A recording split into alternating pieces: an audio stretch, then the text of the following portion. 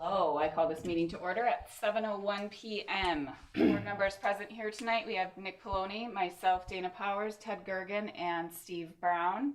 Board members absent, Jack could not join with us tonight.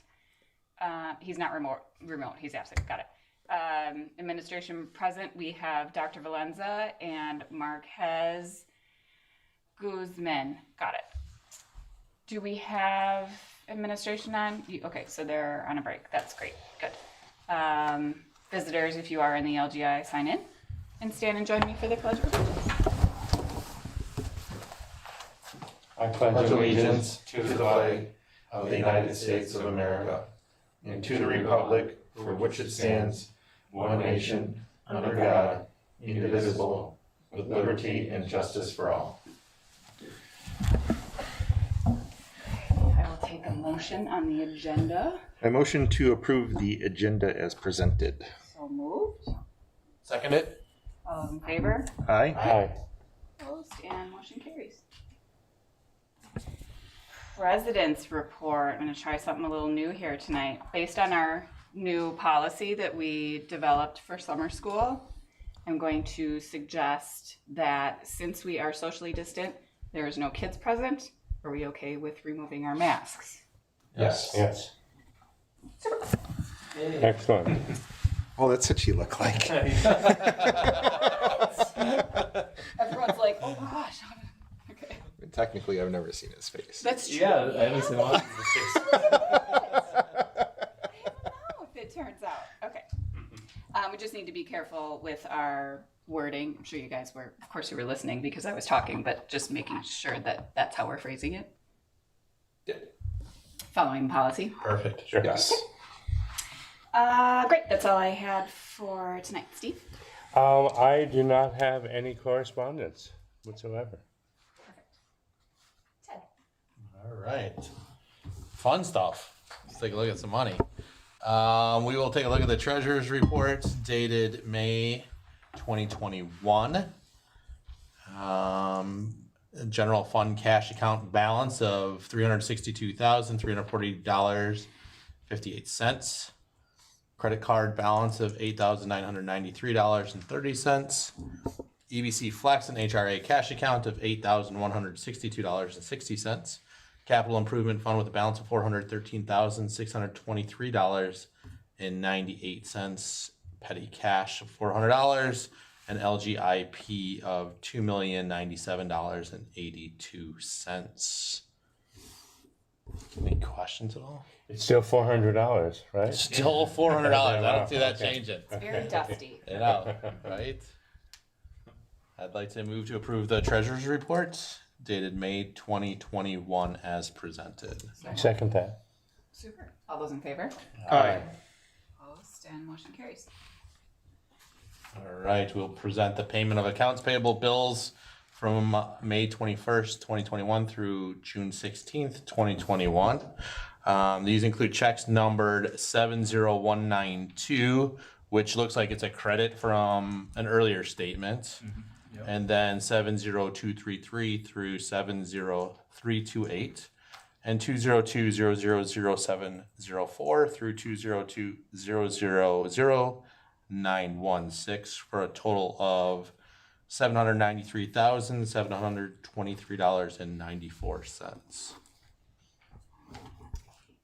The one that you always ask about, did you check that? I forget. I didn't see it on there on this one. It was just a Unless reoccurring I billing, just- right? Was it the, Unless I missed it. what's the name of that? There was the electric. It's really short, so. Eckert, yeah. Eckert, that's. Did I miss it on there? I don't think we had any. We had Elkhorn, Elkhorn. Yeah, I didn't see chemical and Yeah. packaging, but that, Okay, so they must, And that ice cream was terrific, by the way. it always is. Had to mention that.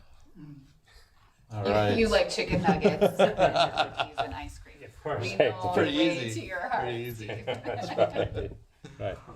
All right, I will move to approve the payment of accounts payable bills from 5/21/21 through 6/16/21. So moved. Second. All those in favor? Aye. Aye. Opposed, and motion carries. We have on the agenda the minutes from the special board meetings, 5/25/2021, as printed and or amended. I motion to approve the minutes of the special school board meeting dated 5/25/2021 as printed and or amended. So moved. Second. All those in favor? Aye. Opposed, and motion carries. And then we have the minutes from the same evening of the regular school board meeting, 5/25/2021, as printed and or amended. I motion to approve the minutes of the regular school board meeting dated 5/25/2021 as printed and or amended. So moved. Second it. All those in favor? Aye. Opposed, and motion carries. Did we receive any on time? No, we did not. Okay. Just friendly reminder, you can find it on our website too, I believe, but there's rules with submitting to public comment. So just make sure you take a peek at those to make sure you get your comments in on time. So we have, for an action item, the first action item this evening would be a new hire for a music choir teacher. Aileen Kung has a bachelor's degree in general music education from UW-Milwaukee. Interestingly enough, went into biological sciences first and decided that that was not her love, but she has a degree in biological sciences as well. She did her student teaching at Rufus King International High School and Park Lawn Elementary. This would be her first contracted experience. The recommendation would be to approve a 1.0 FTE contract for the 2021-2022 school year of not less than $43,500 and welcome her aboard. Is this Moore's? Or which position, are you still figuring out? This Like is, the elementary one? no, this is the middle school. The middle school, okay. Yep. So Jamie Cano's position, sorry. Did we already? Yep, at the we last did it? board meeting. Okay, my huge apologies to that person. I move to approve a 1.0 FTE contract for Eileen Kung for the 2021-22 school year of not less than $43,500. So moved. Second. All those in favor? Aye. Opposed, and motion carries. That's exciting. And then we have a new hire as a special education teacher, Tammy Wisniewski. She has a BA in early adolescence English and cross-categorical special education from Carthage College. She was a special education teacher at Indian Trail High School and Academy in Kenosha prior to joining us. The recommendation would be to approve a 1.0 FTE contract for the 2021-2022 school year of not less than $48,000. I move to approve a 1.0 FTE contract for the 2021-2022 school year for Tammy Wisniewski of not less than $48,000. So moved. Second. All those in favor? Aye. Opposed, and motion carries. We have a little bit of a domino effect. We have Jennifer Hermes, our school nurse, was hired as part of a job sharing arrangement back in 2016. Just a shout out, was instrumental in assisting the district through the pandemic, but she's returning to a more clinical setting. The recommendation would be to accept Jennifer Hermes' resignation effective with the end of the 2020-2021 school year. Yeah, so I just had to say a word about her. I had to deal with her on a couple of occasions when our kids were sick, and just had a few discussions with her about how difficult that position was in certain circumstances, and rightfully so for a lot of different reasons. And it was very interesting being the parent on a board that made some of these decisions and then having to live up to them the same way we made the decisions. So I understand what other parents are going through. So a very difficult position, but I motion to accept Jennifer Hermes' resignation effective with the with the end of the 2020-2021 school year. So moved. Second it. All those in favor? Aye. Opposed, motion carries. We will miss her. She was Awesome. a cool chick. Yes. And so then the other half of that position, and so this was a little bit complicated. We hired Courtney Linsky at the beginning of the school year for really a 1-year kind of temporary position to help provide some additional health office support going through the pandemic. She took on job sharing responsibilities kind of mid-year, but was a little bit in kind of in the job sharing, but then also doing the health office piece. And she made a decision, since the job sharing would no longer be available, so then it would kind of become, do we try and find somebody new part-time? Do we ask her to be full-time? She decided that she would like, and gave us plenty of notice, seeking employment that utilizes kind of her more hands-on nursing skills as opposed to the school setting, very different settings. The recommendation would be to accept Courtney Linsky's resignation effective at the end of the 2020-2021 school year. I motion to accept Courtney Linsky's resignation effective with the end of the 2020-2021 school year. So moved. Second. All those in favor? Aye. Opposed? And motion carries. So we have posted the combination in a one FTE school nurse position, rather than posting it as a job sharing. I think that does limit our options there. So that has been posted, and we actually sent that out to our families as well, just in case there's somebody who works in the community that might be interested in that. So, all right. Then I have a resignation from Lindsay Shandelia from the library media literacy interventionist position. This also is a little odd. She was hired for us this school year as a behavior interventionist. She was transferred into the library media literacy interventionist when her position was reduced as we went through that process of cutting positions. But I think was always looking for something a little different, and to be fair to her, was willing to take the library media literacy because that was a position we needed, but was looking for something that was a better match. So she's now accepted a leadership position in another district. Our recommendation would be to accept Lindsay's resignation effective with the end of the 2020-2021 school year. Anybody? I motion to accept Lindsay Shandelia's resignation effective with the end of the 2020-2021 school year. So moved. Second. All those in favor? Aye.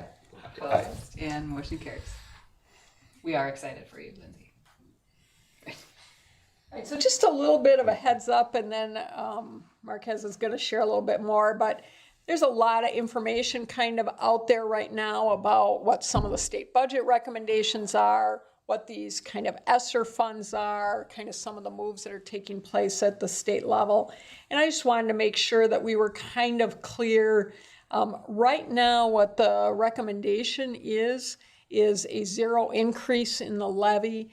That will be complicated for us because as they talk about the use of these ESSER funds to kind of fill the hole that leaves, I just wanted to share what we had already kind of dedicated those funds to. And so now we'll have to kind of relook at how we move forward with those ESSER funds if the state budget goes through as it looks right now.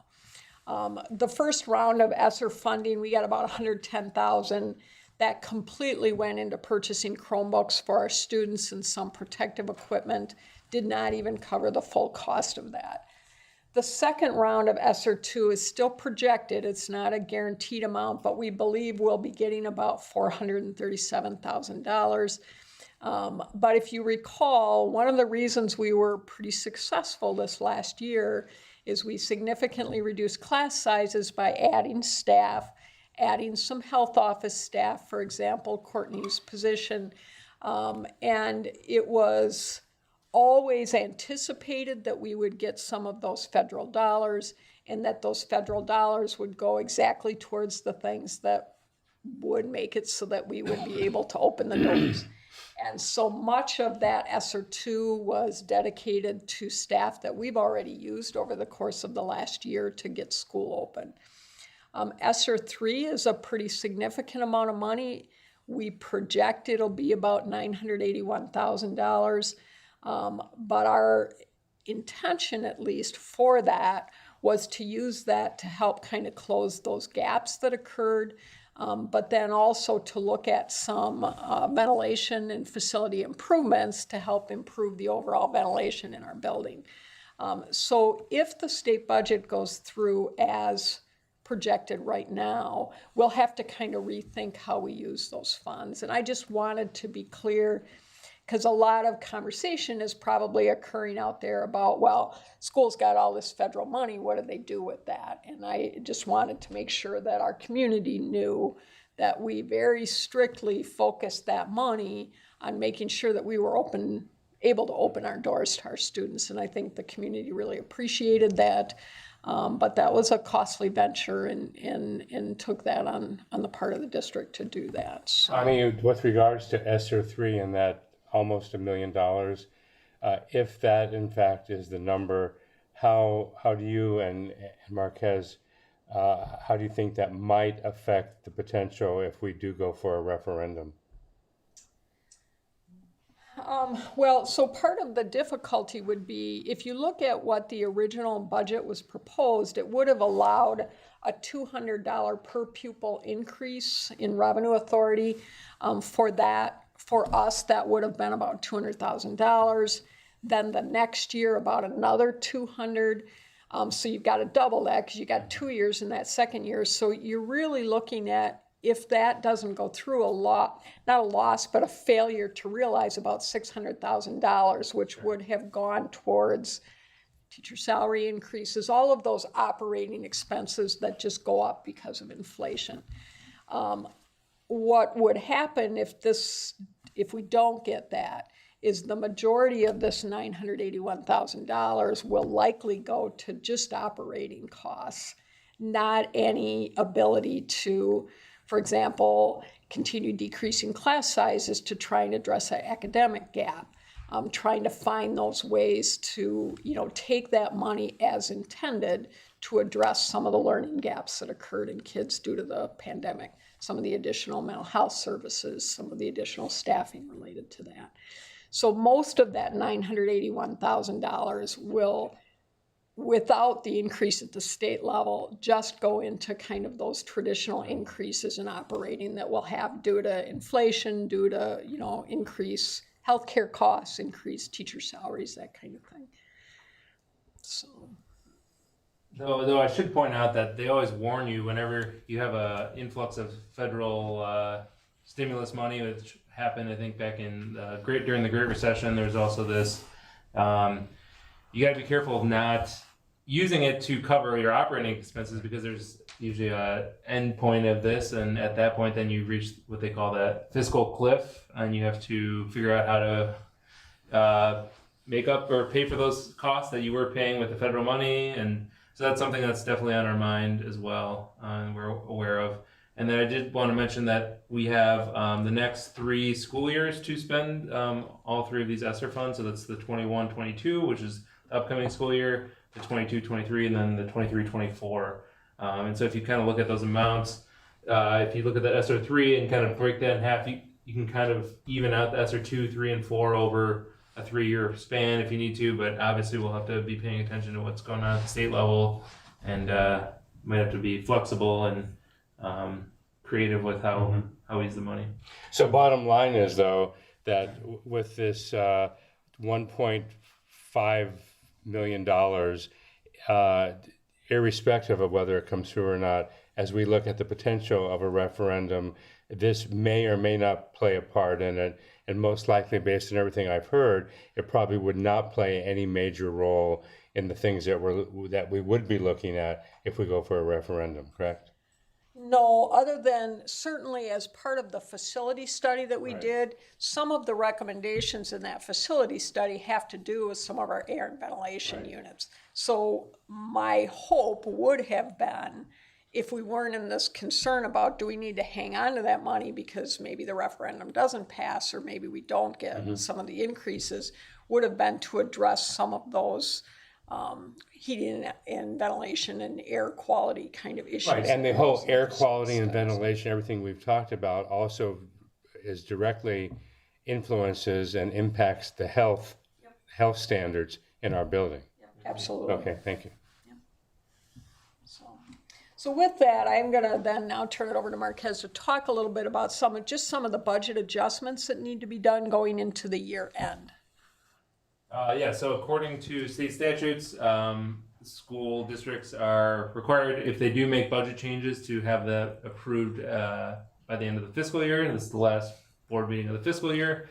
So I just wanted to, we didn't have too many changes going on, but I just wanted to highlight the 3 areas that did change. And relatively, I think collectively, it was just a $19,000 change overall, which in the scope of our budget is, less than 0.1%. That's awesome. We did have to adjust some of our grant expenses to bring that down to what we were actually allocated. So in the initial budget, I think sometimes you're dealing with projections, and I think we were projected to get a slightly more grant money, and this is Title I, IDEA. Actually, I think this was all Title I. We did get a little less, so we had to bring down those expenses in the budget down by $8,980.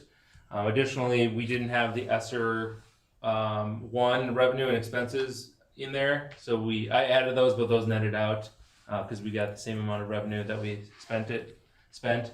And then we did our refinancing with our Fund 38 debt, and so I just had to update the revenue expenses, and we did have slightly less expenses in there as well, about $10,000 less. So I just updated those 3 things, and then from our end, I have to make the changes not only in Skyward, which is our financial management system, but then also on the DPI school budget portal, and then had to make sure it matched what was approved by you guys back in October. So it was kind of a three-pronged attack. But so yeah, I just wanted to point those out. Our Fund 10 budget right now is still projected to end with a positive balance for this fiscal year. And then once we're booking the payrolls right now for summer pay, because we do pay out in July and August, but those get booked to this current fiscal year. So once those get in, we'll have a better sense of where we'll finish. And then we do have some options to do a transfer to our Fund 46, long-term capital improvement. And then also the other thing to be aware of is kind of maintaining that 15% fund balance. So right now we're projected to keep in line with that policy 6235. And then we'll also see what else comes up, but I'll keep you all updated as we close out this fiscal year. Do you think we'll need to take out a short-term loan? No, I pay don't. I don't foresee us needing the short-term borrow next year. We've had to do that many years in a row. Yes. Yeah. But I think I look back at least the last 2 or 3 years we've had a short-term borrow. Is that because of you or because of Take the credit. life? Take it. It's, I mean, it's Marquez and I. No. Oh, I believe it. Just wanted to make sure. Now, some of that is the money that was, as we kind of tried to allocate out the money that we got from the referendum. One of the things that we said in the referendum was that we would be seeking to increase our fund balance to try and move away from short-term borrowing. So that would be an aspect of that. Obviously, after next year, if we're not able to pass a referendum, that will put us badly into territory of maybe having to do something like that again. But one of the things that we've been very vigilant about is to make sure that everything we promised our community in the last referendum was something that we were able to say at the end of this 3-year period that it was done. At this point, right? And so we are we're still trying to work on the elevator project. We're still doing some roofing, but we have dedicated the funding to do those projects. And then the other thing, remember the reading curriculum, lowering class sizes, all of those things that we did. And then one of the pieces was to bring our fund balance back into line to try and avoid short-term borrowing. When do you anticipate that we as a board will start looking at talking about very specifically the referendum for Very 2022? coincidentally, June 30th, which I'll be talking about. Okay, very good. Thank you. And time. Yes. Thank you. And so the fund balance is important for a couple different reasons. One is, if you have a adequate enough amount, which I think that 15% is adequate, it does save you money from not having to pay interest on those short-term borrows. And then additionally, if you do go out for a referendum and you do issue debt, that's part of how the rating is based on your fund balance and things like that. It's sort of like kind of having the down payment on a house. More down payment, the better interest rate you're going to get.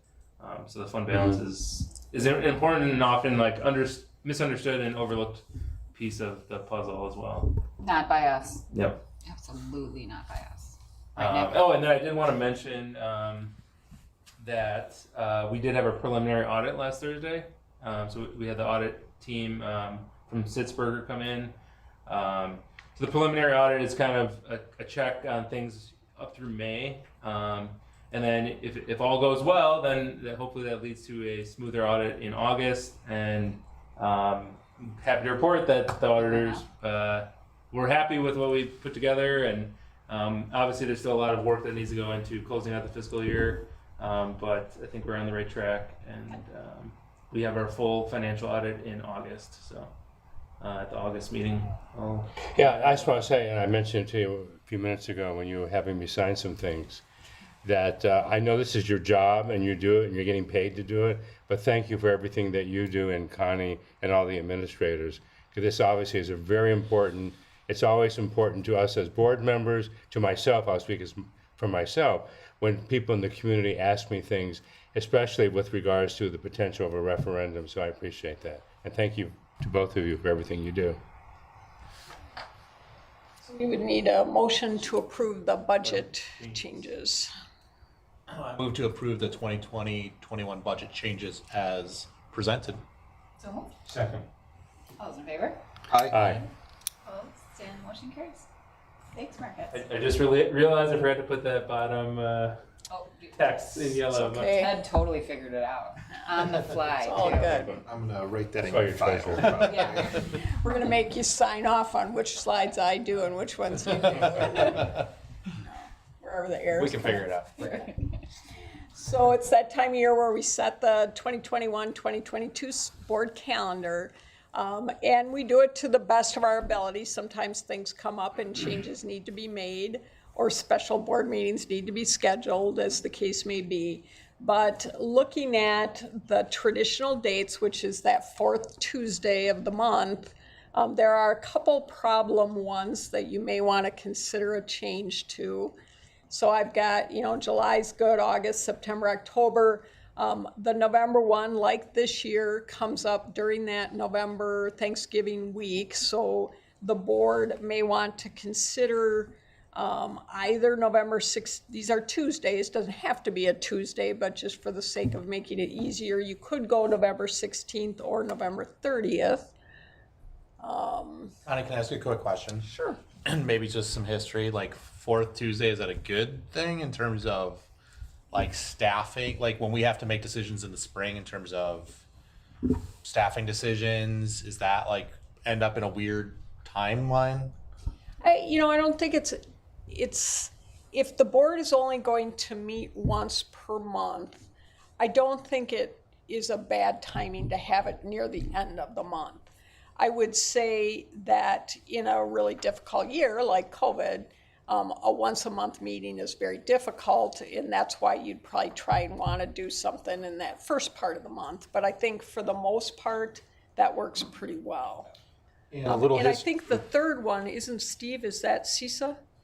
The CISA Board of Control meets on the third Tuesday of every month, and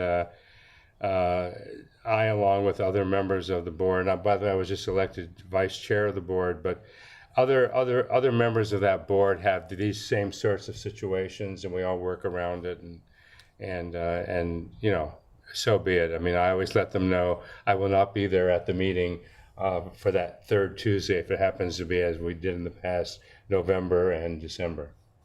When is Central's? Yeah, so a big part of why this changed, I believe, originally a few years back was Central's board meeting is on the third It is week, third Tuesday. So we wanted people who had students in that school and this school to have the ability to go to both of them, not choose which one they were going to. Was a big thought process at that time too. Awesome, thank you. So if you look at, again, that Thanksgiving one, if you wanted to stick with a Tuesday, you could go either the 16th or the 30th. I don't know if there's What if we did the 16th in November and then the 21st in December? So it's just both of them are moved up 1 week. Fine. The same thing in January. Oh, 3 in a row. why do we need to change January? So January, and again, it's a totally decision the board could make. Parent-teacher conferences that are that evening, in the past, some teachers have felt that prevented them from watching the board meeting or attending the board meeting, as the case may be. Okay, so just move. Or could we possibly look at that for another day, only because this is just me talking now, about missing a third CISA board meeting in a row. But again, my responsibility is elected to this board, and so CISA is important, but this is more important to me. You could certainly look at another day of the week. You could go, like, for example, to the 26th of January, which would be a Wednesday. I just put Tuesdays on there for the sake of argument, but you could certainly put them any day in the week. Sure.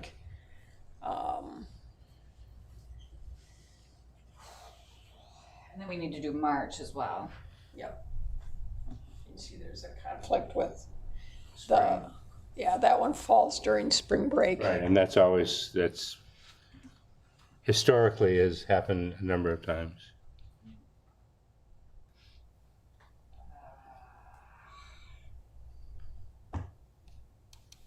I mean, my gut instinct says to go, and I know, Steve, you made your point on that for sure, and it's noted for sure. But You're not going to ignore that, are you? I might. No. You might like to, but I know. Okay. Yeah, I'm No, sorry. I mean, I'm sorry. because you could just say we can move the November, the December, January, and March board meetings to the third week Yeah. of those particular months rather than the fourth week. Consistency. And Tuesday, yeah, I feel like Tuesday is kind of our. I mean, and I hear what you're saying over there too, Steve. Or the other thing I could say is we could always just decide the month board meeting prior. So in October, we could say November, and November, we could do December and go that route per those Or we meetings. could always set it to the 3rd and then discuss it as it comes up before to have something on the calendar. Right. But I mean, if we're approving the calendar, it's probably best to try to get it as accurate as possible is, I guess, what we're trying to do here. Right. So, I mean, Well, perhaps for January, we might, as Connie suggested as a possibility, move the January meeting to the Wednesday, the 26th. See, I already know I can't Oh, okay. do that one. Oh, we could do like. Okay, then I agree with Nick in terms of Tuesdays, and I do. I do. It's just consistent. Oh, yeah, so. Where did Tuesdays come from instead of Mondays or Wednesdays? Yeah, okay. it's just, Habit, yeah. it's not Monday and it's not Friday. That's right. And it's I not heard Saturday the or previous Sunday. board president was a Monday Night Football fan and didn't like Monday. Oh, I don't like football, so that's. I didn't think about that, She's the but thanks current for one, so you're sitting out. Yeah, right. So, Don't care. does that have to be in a motion then if we do that and just kind of go from there? Or how do we say, can make that recommendation and approve the calendar or? You could, if you, what I would do is, as presented, including moving the months to the 3rd. Okay. So I'll make the motion, we have a discussion, then go to vote. Is that how we would go? Yeah. What did we decide? Sorry. So, Those 4 months, moving it to the 3rd. On November 16th, December 21st, January 25th, 18. I'm sorry, 18th, And March 15th. right. Although we could do could do the 29th 29th though. on that one, that would give you. Be an one extra- less yeah. one then. Well, then in that case, we could do November 30th. Yeah, we could do that. That's fine. I'll just go through. I'll make the motion with all those changes. That's fine. Because then it's only 2. Because I don't mind going the 4th if we have to. As long as it's consistent on the Tuesday. With March? So Or for November and for March. So instead of November 16th, go to the 30th, and then March 15th, go to the 29th. Because Isn't that tricky though with too much time between October and November? we've done it before. Well, and then Isn't that if we a need to hot have a time? special meeting, if we need to do something, right? If that's something. we can always change it then. So the one thing is, you look at there isn't anything super pressing in there. The one thing we'll want to keep an eye on would be, if we were going to go to referendum, we'll have to keep an eye on those dates to make sure that's done. The one that would have concerned me, the October 26th one, moving that one would have been difficult because of annual meeting. But the other ones, I think will be okay to move them to those dates. Throw out the motion then? Throw Okay. it. I motion to accept the 2021-2022 board calendar as presented, barring the changes for these particular months. Instead of the board meeting November 23rd, we're going to set it for November 30th. For December 28th, we'll be moving it to December 21st. For January 25th, we'll be moving it to January 18th. And for March, we'll be moving it from March 22nd to March 29th. Oh, you're going back. Okay, Second. cool. Oh, yes. Oh, I'm sorry. All those in favor? I'm sorry. No, you're just good. Aye. Aye. Opposed, and motion carries. Sorry for that one, Di.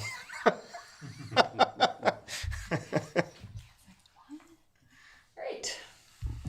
On to the exciting topic of well tank replacement. Well tank. Under state statute, we're required to have our well tanks inspected every 5 years. That is a great plan if you can actually get into the tank to inspect it. But our north well, according to the inspection report, is that several contractors have made an attempt to inspect the tank. However, due to corrosion around the access hatch, the tank could not be entered and inspected. Due to this issue, plans should begin to replace the storage tank with an alternative pressure tank as soon as possible. Steve and I spent a lot of time talking about it. It would have been possible to bring someone in to force their way in. Would have cost about $5,000 to do that, and the likelihood would be that they would get in and we would need to replace it, and then we would have lost the $5,000. They're extremely old. And so we, in looking at those options, decided that now would be the time to do that. And to make sure that, rather than trying to play with the fact that maybe it would be okay, maybe it wouldn't, very likely would not be. As you can see, the south well, there were no noted deficiencies in that. So what's a little trickier about it right now is that contractors are setting very short windows in terms of how long they're willing to guarantee a bid. So by the time we were able to get to a board meeting and get all the bids in, 2 of them had already expired. You can see Lee Plumbing came in with $86,450. Municipal Well and Pump came in at $84,850. And CTW Corporation came in significantly lower at $48,600 plus an additional $4,900 to epoxy both the interior and exterior of the tank. This one had also expired, so we contacted them back and they were willing to update the original expired bill by adding $500 per tank. So that would be a total of $1,000. So the 2 tanks, that in-pressure tank that they're using to replace the 1 well tank. And each of these 3, in terms of quality of work and everything, is Comparable. meet all the standards we were Yep. looking for. Okay. And, one of the big questions I had was why the significant difference? That's such a difference. But in following up, it actually was, DNR did, when we asked for recommendations as to who to get bids from, CTW Corporation was one of those that they suggested that we get bids from. It's just a difference in apparently, whether they have time within their schedule to do it, whether they have the equipment, how much they focus on these type of projects as opposed to a wide range of projects. So given that, our recommendation is to accept the bid from CTW Corporation, including epoxy treatment on the interior and exterior, which should reduce the level of rusting on the tank and make it last longer. I did ask and followed up, my concern was, does the epoxy treatment create any kind of a hazard to the drinking water? And followed up both with DNR and with CTW, and it does not. It only is there to prevent that kind of breakdown of the tank. Is it organic epoxy?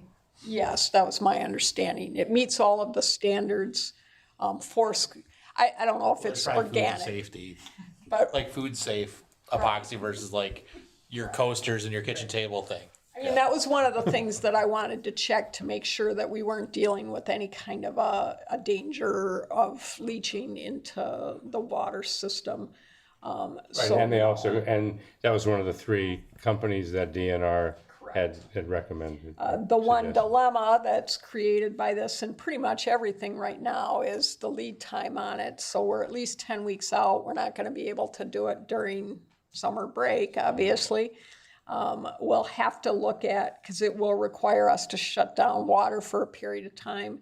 So we'll have to try and schedule, like if we have a 3-day weekend or something along those lines, to try and get that in. It could potentially be over Thanksgiving break, for example, or something like that.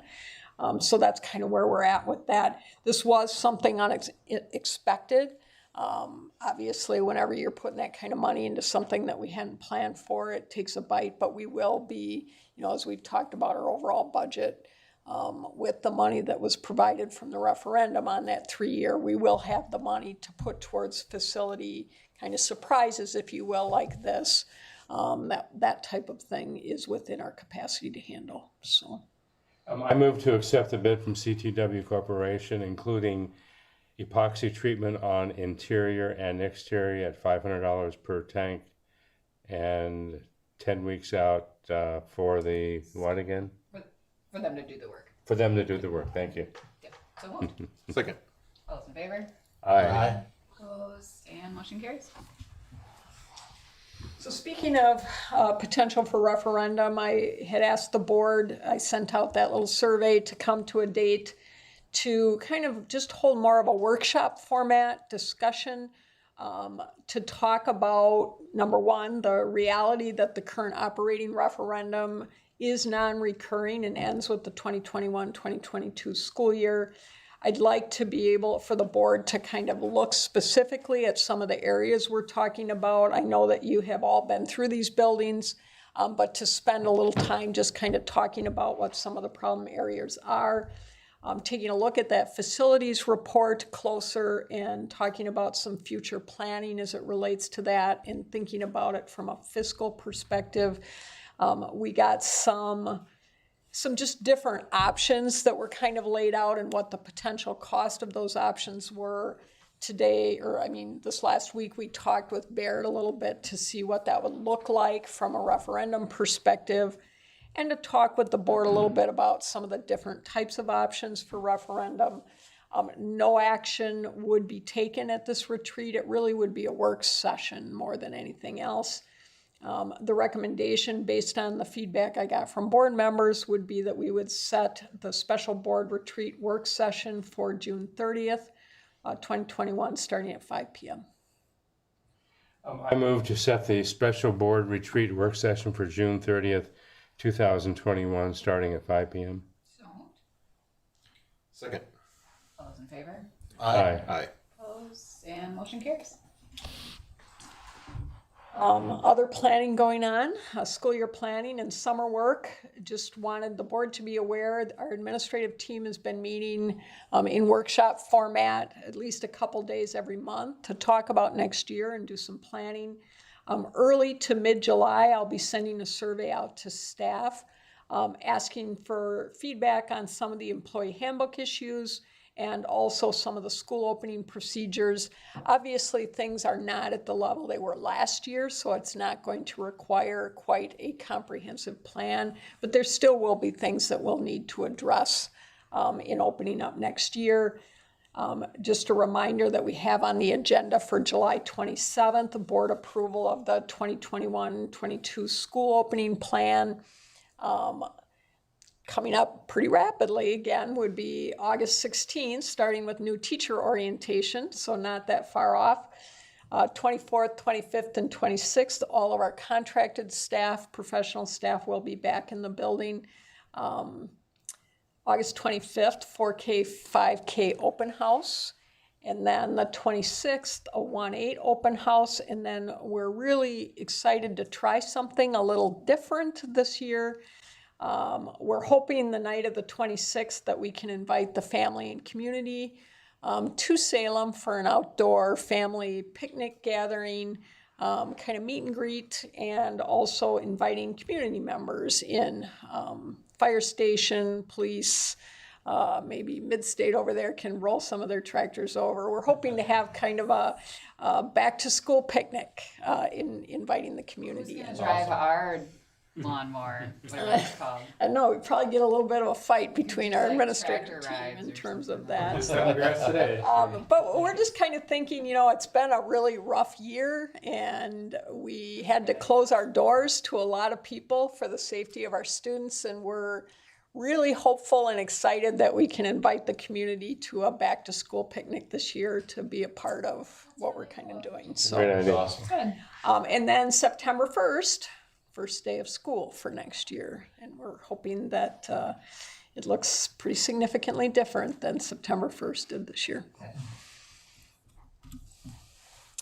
And then a quick summer school update. Session 1 is underway. We actually had 141 students enroll in our summer school. Not where we used to be. We used to, at our peak, we're pretty close to 300. But I think a couple things play into that. One, it was a long year. And two, I think our staff is a little burnt out from some of we didn't have the number of courses offered, but also because we kind of split our summer school. So we'll have, in the past, we had all of our kind of remediation and our enrichment, which created a situation where our kids who had to do the remediation couldn't do the enrichment. Starting with this year, our remediation kind of step-up program will be closer to when school actually starts so that all of our students can avail themselves of the enrichment if they want to do that. So we had 10 different enrichment classes, everything Crafty Kids, instrumental music, summer STEM spectacular, road trip across America. Breakfast and lunch were made available free of charge to all of our students. Session 1 runs until Friday, July 2nd, so we're already well into it. The second session, August 2nd through August 13th, is our Step Up program. Our registration will start July 12th through the 16th for that. You can see a couple of our students already. We have, as you will recall from the May board meeting, we had some significant reductions in mask expectation. However, in some one-on-one settings, certainly it is voluntary, and when they're working one-on-one, they have been using them, but a change from what we had in the past. But certainly some of our students have chosen to. We have Summer STEM Spectacular. Every time I walk down the hall now, there's always some type of questionable vehicle or structure to step over, which is fun.